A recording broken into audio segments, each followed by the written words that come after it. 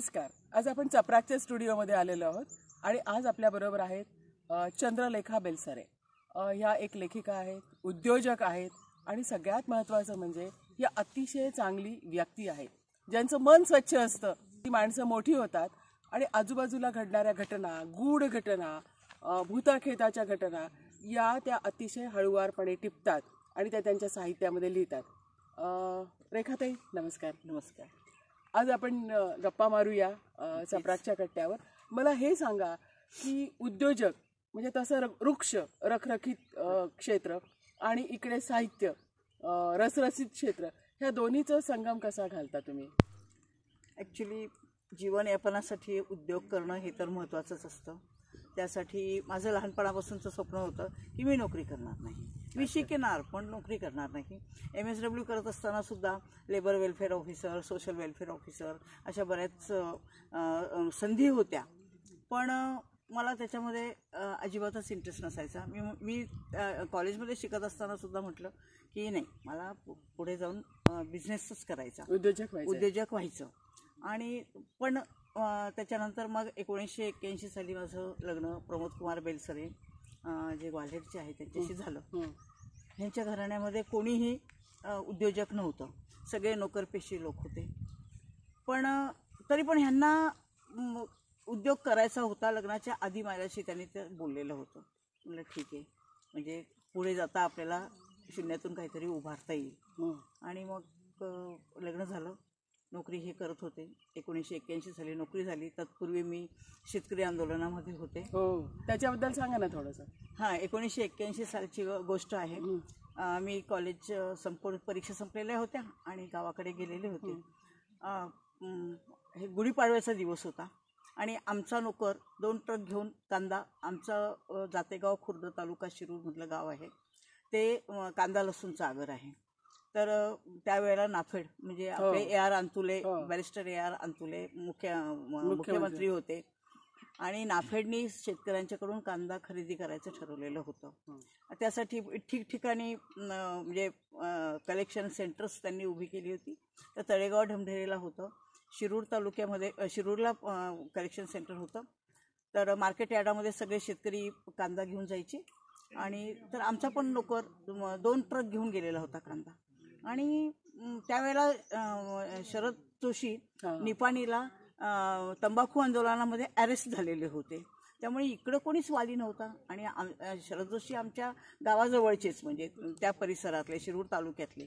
त्यामुळे शेतकऱ्यांवर एवढा त्यांचा पगडा होता आणि सगळे फॉलोअर होते शेतकरी, कारण की त्यांना माहिती होतं की हा माणूस इतका चांगला आहे आणि आपल्या भल्यासाठी काहीतरी करेल.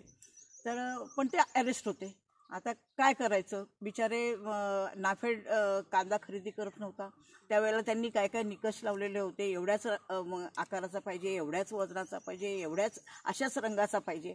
उन्हामध्ये कांदा पसरलेला, एवढं एप्रिलमधलं ऊन, कांद्याचा रंग हे होत होता. बरं, कांदा हे काय असं मशीनमधून निघणारं प्रॉडक्ट नाही की ते ठीक तेवढ्याच वजनाचं तेवढ्याच आकाराचं वगैरे हे असेल. 2 दिवस झाले आमचा नोकर जाऊन तिथे बसलेला होता. त्याला डबे पोचवत होते. मग त्या दिवशी गुढीपाडव्याच्या दिवशी माझ्या आई माझ्या भावाला म्हटल्या, तो पण आला होता सुट्टीवर. त्याला म्हटलं की अरे त्याला पुरणपोळीचं डबा देऊन ये म्हणे, आज सणवार आहे. आणि ते बिचारं पोरगं तिथं पसले. तर मग आम्ही गेलो तिथे. मग मी पण म्हटलं चल रे मी पण येते. आम्ही गेल्यावर तिथं शेतकऱ्यांशी बोलले. शेतकऱ्यांना काय वाटलं, काय माझ्या बोलण्यावर विश्वास झाला. म्हटलं ठीक आहे, काही हरकत नाही, आपण नाफेडच्या ऑफिसर लोकांशी बोलू, काय ॲक्च्युली प्रॉब्लेम आहे, तुमचा कांदा केव्हा उचलणार वगैरे. म्हणून मी मार्केट यार्ड होतं, तळेगाव ढमढेरे मार्केट आहे, त्या मार्केट यार्डामध्ये मी गेले आणि त्या ऑफिसरांशी बोलले. तिथं ते ग्रेडर होते आणि ते ग्रेडरनी भरपूर काय काय सांगितलं, म्हणजे असं पाहिजे तसं पाहिजे. म्हटलं अहो, शेतकरी स्वतःच ग्रेडर असतो. म्हटलं तो आपला माल आणतो, तोडून आणतो, त्याच्यामध्ये किडका असेल ते वेगळं करतो, लहान आकाराचे निवडून देतो, म्हणजे तो स्वतः ग्रेडर असतो, तुम्ही काय ग्रेडेशन करणार वगैरे.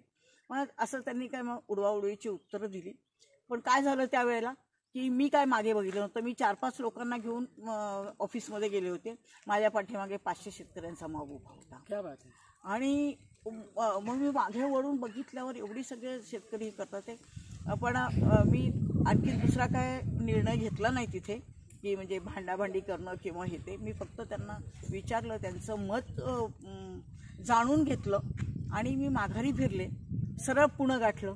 तरुण भारतच्या ऑफिसमध्ये गेले, त्यांच्याचकडून पेन घेतला, कागद घेतला, तिथं बाहेर बसूनच मी लेख लिहिला आणि दुसऱ्या दिवशी सकाळी अर्धा पान, तरुण भारताच्या भारतमध्ये अर्धा पान, नाफेडनी अन्यायाने कांदा नाकारल्यामुळे शेतकरी गळ्यापर्यंत गाळात रुतला, अशा मथळ्याचं ती बातमी हे आली. आणि मग त्यावेळेला उन्हाळी अधिवेशन चाललेलं होतं. अंतुले साहेब ते सगळं म्हणजे तो प्रकार घडला, सगळीकडे गडबड गोंधळ उडाला आणि 8 दिवसाच्या आत आमच्या नाही कांदा उचलला गेला. म्हणजे भाव तर जाऊच द्या, पण कांदा उचलला जात नव्हता. म्हणजे हा प्रॉब्लेम होता बरं का. उचलला गेला. त्याच्यानंतर मग आता पूर्ण शिरूर तालुक्यामध्ये लोकांना वाटलं की मी शरद जोशींची बहीणच आहे आणि म्हणून मी शरद जोशींची बहीण म्हणून प्रसिद्ध झाले तिथे. आणि लोकांनी अभिनंदन वगैरे केलं. त्याच्यानंतर मग माझं लग्न झालं. त्यावेळेला लग्नाबद्दल सांगा ना. तुमचा प्रेम विवाह आहे, आंतरजातीय विवाह आहे, त्याबद्दल थोडक्यात सांगा. माझे मिस्टर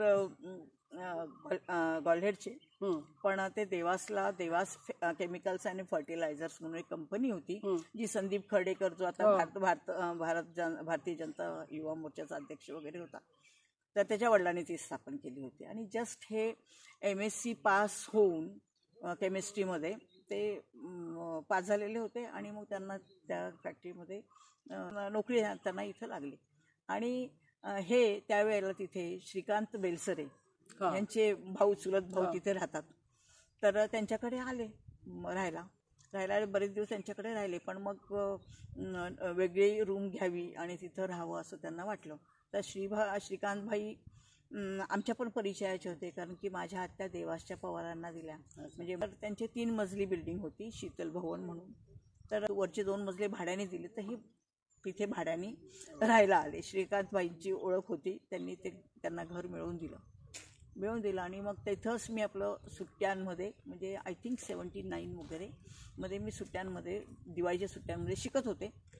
तर तिथं गेले होते. त्यावेळेला ह्यांची आणि माझी ओळख झाली आणि त्यावेळेला त्यांनी मला सांगितलं की मला PVC फिल्मची इंडस्ट्री टाकायची. त्यावेळेला PVC फिल्मचं खूप म्हणजे नवीनच प्रॉडक्ट होता वगैरे.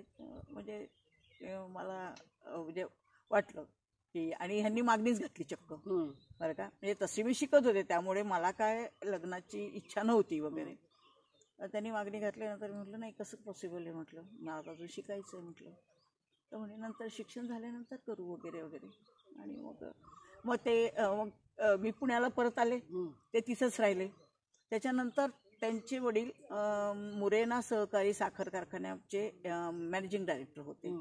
तर त्यांना वाटलं MSc हे शिक्षण पुरेसं नाही आहे, त्यामुळे शुगर फॅक्टरीमध्ये आपल्या मुलाला चांगली संधी मिळू शकते. म्हणून मग त्यांनी ह्यांना ANSI म्हणजे ANSI करायला पाठवलं. नॅशनल शुगर इन्स्टिट्यूट, जे आशिया खंडामध्ये एकमेव इन्स्टिट्यूट त्यावेळेला होतं. तर मग तेच शिकायला गेले, मी आपली शिकत होते. मग त्याच्यानंतर जेव्हा शिक्षण पूर्ण झालं त्यावेळेला मग आम्ही एकमेकांशी संपर्क श्रीकांत भाईच्या माध्यमातून साधला आणि मग लग्न करायचा निर्णय घेतला आणि 1981 साली आमचा प्रेमविवाह झाला. अरे वा. त्यावेळेला हे तिथं डबरा म्हणून गाव आहे, तिथे एक ग्वालियर शुगर कंपनी म्हणून एक कंपनी होती. तिथे ते जस्ट पास आऊट होऊन तिथे नोकरीला मॅन्युफॅक्चरिंग केमिस्ट म्हणून नोकरी लागले होते. पण ते ऊसाची कमी असल्यामुळे तिथं ले ऑफ होणार होता. आता ह्यांना काळजी पडली, लग्न तर करायचं आपल्याला आणि मग कसं भागायचं आपलं. मग त्यांनी काय केलं, इकडं तिकडं ॲप्लिकेशन करायला सुरुवात केली. त्यामध्ये एक कंपनी होती सुमॅक इंटरनॅशनल प्रायव्हेट लिमिटेड. म्हणजे बऱ्याच लोकांचं असं म्हणणं होतं की शुगर इंजिनिअरिंग कंपनीमध्ये शुगर केमिस्टचं काय महत्त्व असतं, तर शुगर केमिस्टचं काही गरज नसते वगैरे वगैरे असं होतं. तरी पण ह्यांचं सिलेक्शन झालं तिथे, कारण की तो जो मालक होता अवधेश वर्मा, त्याला माहिती होतं की मशिनरी फक्त निर्माण करून उपयोग नाही आहे, त्याची प्रोसेस समजून घेऊन त्यानुरूप मशिनरी निर्माण करणं गरजेचं असतं बरं का. तेव्हा त्यांनी ह्यांना घेतलं. त्यांना यांची बँगलोरला पोस्टिंग झाली. आमचं लग्न झालं. असं आम्ही 2 जण लग्न झाल्यानंतर 5व्या दिवशी हे नवीन नोकरी जॉईन केली आणि 5व्या दिवशी हे बँगलोरला चालले. नाही, नंतर मग प्रमोद बेलसरेंनी स्वतःचं साखर कारखान्याची यंत्र तयार करण्याचं कारखाना सुरू केला. तुमचा सहभाग कसा होता त्याच्यामध्ये? येस. कंपनी जी होती ती गुजराती लोकांची होती आणि ते काय वाढ दिसत नव्हती. मग मी यांना म्हटलं की नाही, नोकरी सोडा, आपलं काहीतरी करूया. तर मग त्याच्यामध्ये 50,000 जरी मिळाले ते आपले असतात आणि 10 लाख जरी मिळाले तरी आपल्या असतात. म्हणून तेव्हा सुरुवात झाली. म्हणजे एक तर प्रेरित केलं मी की नाही, आपण आपला बिझनेस करायचा. त्याच्यानंतर ज्या वेळेला आम्ही हे केलं त्यावेळेला आमचं घर नव्हतं, आमची आर्थिक परिस्थिती अतिशय खराब होती, म्हणजे काहीच सेविंग वगैरे नव्हतं. तरी म्हटलं तुम लढो मैं पीछे हूँ.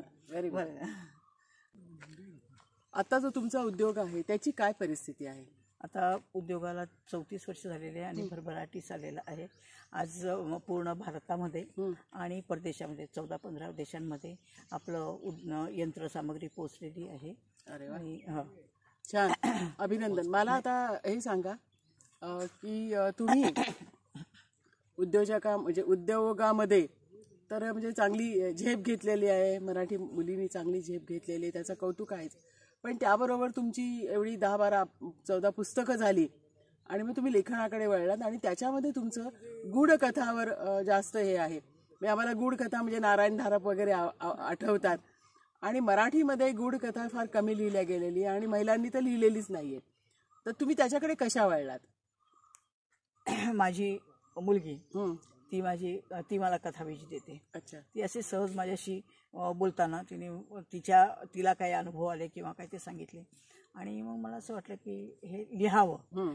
तर लिहायला सुरुवात केली. पण एखाद्या ठिकाणी एखादा अनुभव आल्यावर तो अनुभव फक्त विशद करणं म्हणजे मग उत्सुकता त्याच्यामध्ये काही राहत नाही. इट्स ओके, म्हणजे काहीतरी घडलंय, परंतु ते का घडलं त्याच्या पाठीमागची कारण मीमांसा जाणून घ्यायचं. म्हणून मी त्या गूढकथेला उपकथानक जोडू लागले आणि हे असं का अनुभव आला, हे असं का घडलं असावं हे विशद करायला लागले. आणि त्याच्यामुळे ती गूढकथा म्हणजे दीर्घ तर झाली, परंतु जी उत्कंठा लागलेली होती वाचकांना, ती उत्कंठा त्यांची. आणि काही लोकांना ते आवडतं, म्हणजे तो जो लेखन प्रकार आहे तो आवडतो.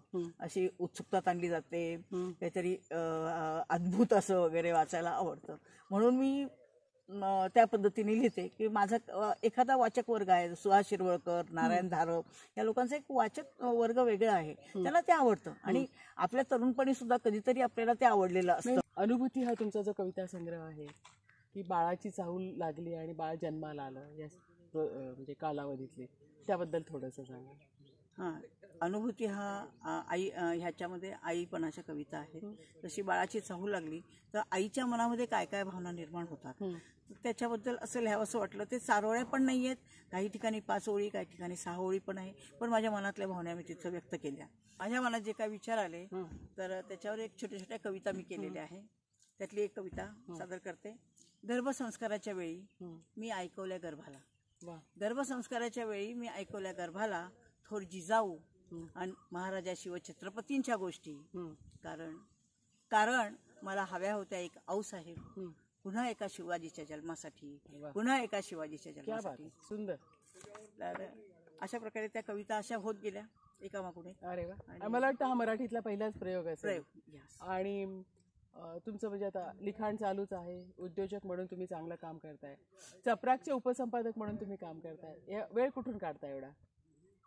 तो काढावा लागतो. काढायची इच्छा असली की तो निघतो. लिखाण मी रात्री 12-1 वाजेपर्यंत करते किंवा मग सकाळी पहाटे 4 वाजता उठून करते. त्याच्यानंतर मग ऑफिसचं हे, आता ऑफिसचा व्याप थोडा कमी झाला आहे, म्हणजे बरंच सेट झालेलं आहे आमचं, तरी पण त्याच्यातून हे करते उद्योगासाठी. आणि चपराकला तर अधूनमधून भेट देत असते आणि निघतो, म्हणजे वेळ निघतो. रेखाताई, आज तुम्ही इथे आलात आणि तुमच्या साहित्य प्रवासाविषयी तुम्ही मनमोकळेपणाने बोललात, त्याबद्दल धन्यवाद.